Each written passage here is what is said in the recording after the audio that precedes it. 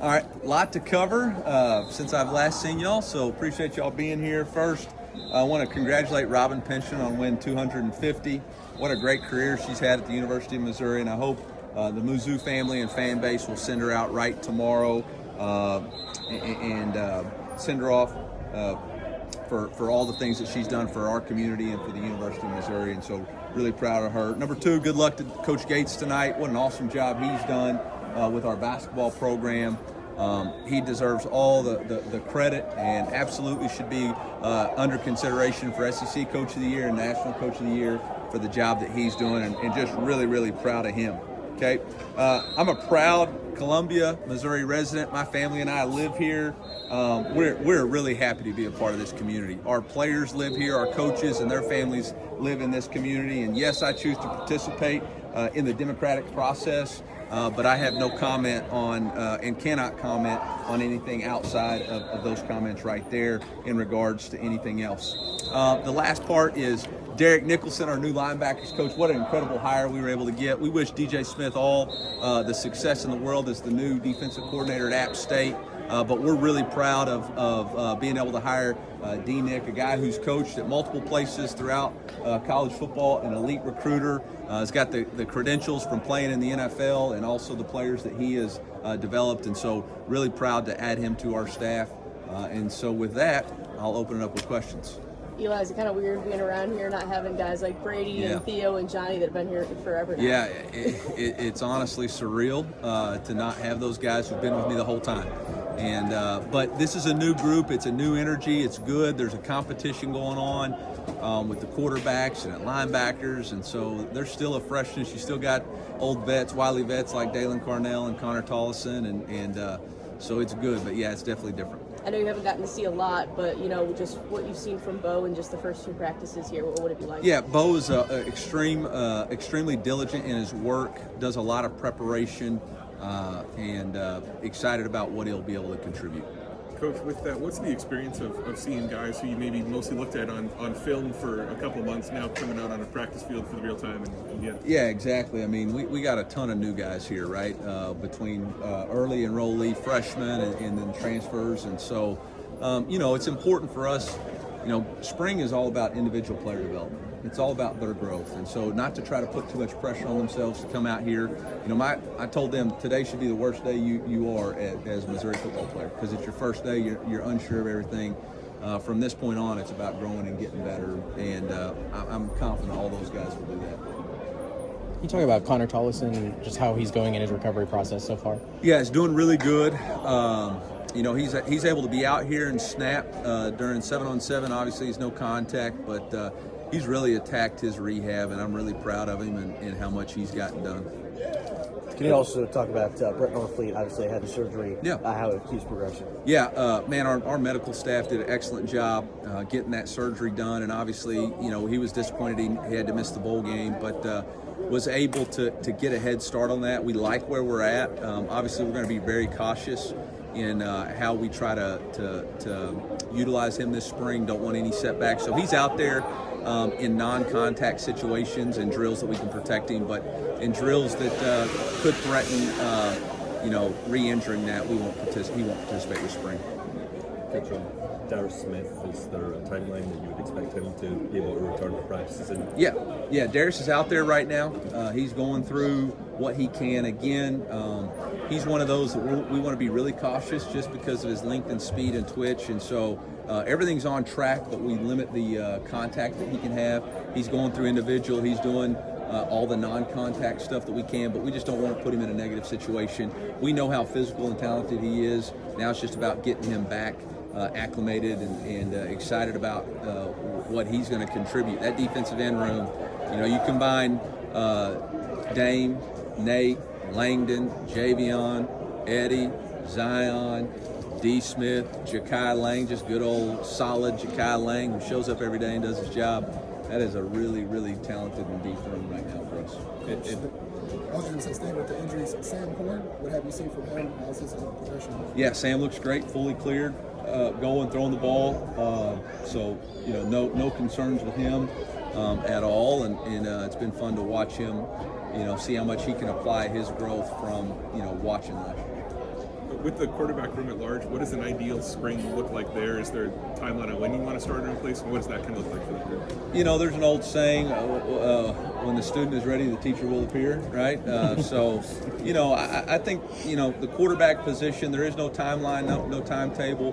When the starting quarterback makes himself known to the rest of the team, we'll announce a starter. But I told those guys that there is no plan to try to name a starter through spring. I don't really believe in that because I think it puts too much pressure on the team and everybody involved. This is about individual player development. It is about each player trying to get better and better every single day. And you know how we decided who was going to be the first quarterback out there today? Old-fashioned paper, rock, scissors. All right, so don't look too much into that. It's about player growth and not having pressure of performance right now. That'll come, but it's about these guys making plays. You've got 3 players there that their strengths that on paper are a little bit different with those legs and the time with his arm. What does that do in these kind of infant stages of spring camp? What are you kind of looking at for in terms of development? Yeah, my biggest thing with a quarterback is really about what's his growth and learning potential. You know, the thing about Brady Cook is he didn't make the same mistake twice, right? So we lost a lot of one-score games in his first year, and then the last 2 years we won a ton of them, all right, because he learned from those situations. And so what we've got to force these quarterbacks to go into is we got to put you in the red zone. You got to make a mistake and then not make it again. You know, we got to put you in 2-minute drill and you make a mistake and not make it again. And that'll be the growth that we're trying to see. So, you know, somebody making a great throw in a 4-set rack, we're not going to get real excited about. It's going to be about how do they respond to the mistakes they make, and that'll put us in the right path. As far as like playing to everybody's strengths right now, you know, we're just putting in an offense, and then we'll tailor that offense to whoever the starter is once we get there. But the thing about Coach Moore's offense is it's got a multiplicity to it. So you know, these guys are just getting the DNA, and then they're going to make plays within the DNA of the offense. You mentioned the last 2 seasons. With the success that you found and now the team's back, you know, in the building for next year, how do you approach the attack, or how do you attack the challenge of kind of finding that year-end success when you have such turnover and everything that goes into that? Yeah, I think that the number one realization in college football is every year it starts over. And it's about reestablishing the culture and identity that you want on this football team. And you lean on leaders like Dalen Carnell and Connor Tollison and Ja'Kai Lang, some of these vets who've been here a while that understand that process. What you don't rely on is being comfortable. And so, you know, I've challenged everybody, let's not be comfortable. Let's not be complacent. Complacency will kill our team, and being comfortable will kill our ability to win. And so we've pushed our guys. That's why there's open competitions at a lot of positions. Coach, the line has changed a lot. How do Yep. you expect Caden Green to kind of step up this season? Yeah, I think it's his opportunity for him to lead. You know, he played as a freshman. Last year it was kind of somebody else's turn because he was new. He's not new anymore. He's a leader. He's an excellent player, and especially with Connor being out right now, he's really the old reliable in the room. And so got to continue to see him be vocal, but he's got it in him, and now he's just got to cut it loose and be that leader we know he can be. During the practice session, we saw Blake Craig nail a 40-yarder. Can you talk about what you've seen from him so far on the offseason? And 1 for 7 last year, 40 to 49. Do you anticipate that being an issue this year? Well, first off, love the way he puts in the work. He's one of those guys that always is working. You know, 2, we identified that exact same thing. Between the 40 and 49-yard line was the biggest issues that we had, and so that's something we got to attack. One of the things that we felt like is maybe charting the wind to see if we're over-adjusting for the wind, because on our practice fields, we can tend to be windy up there, and so we just got to make sure that we are putting him in the best positions possible. Also, we were using movable goalposts on the practice field instead of the exact same replica goalposts that we have in the stadium, and so we've made an adjustment to that just to make sure that we're putting our guys in the best position possible for practice execution equals game day reality. Coach, you brought in 3 transfers on the offensive line. What were some qualities about those guys that made you guys say we want to bring them here? Yeah, it always starts for us with athleticism. You know, we want big, long, athletic guys, and then toughness, and you know, ultimately we got to make sure that they're scheme fit. We start with the outside zone. We felt like those guys were athletic enough and able to handle it. Really appreciate what Dom's done so far. You know, with Connor being out, he's taken the challenge of being a center, snapped, you know, really well today. Has all the calls down. In fact, I jokingly walked by Connor and asked him if he ever heard of Wally Pipp, just to make sure he's ready to roll. interior defensive line opted not to bring in any transfers over the winter window. Do you like what you have returning, or is there maybe a plan to evaluate that again and look at what you have? Yeah, I mean, yeah, we like what we got there. We feel like we're with Chris and Sterling and Marquise and Jalen, Sam, Bodford, Jason Dow coming in. We feel like we got some depth there. But there's another portal window coming open, and I'm not saying anything. I mean, why stop now?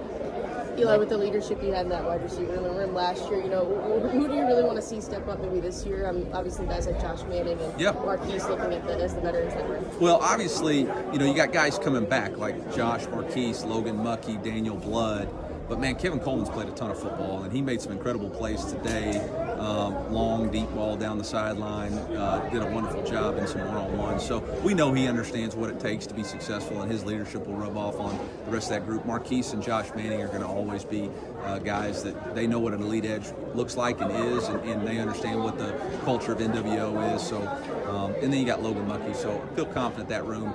Really was impressed with the two rooks today, Donovan and Sean. I thought both of them had some really good reps. I know it's early, but what have you seen from your early enrollees and what they can bring? Yeah, it's way too early to see. You see flashes right now, but the name of the game is consistency, right? It's whether you can continually stack days. But I like where our guys are at. CJ Bass has really grown up. I thought Dante McClellan's been good. Marquise Davis had a really nice run on the outside zone. It's been really positive so far. One thing I do need to mention is Whit Hafer has moved to the tackle position, and I was really impressed with what he put on tape today. We've got time for one more for Coach. One more question. You mentioned Luther earlier. I did. Do you have a prediction for his 40 time? I don't have a prediction, but it'll be fast enough that nobody can tackle him.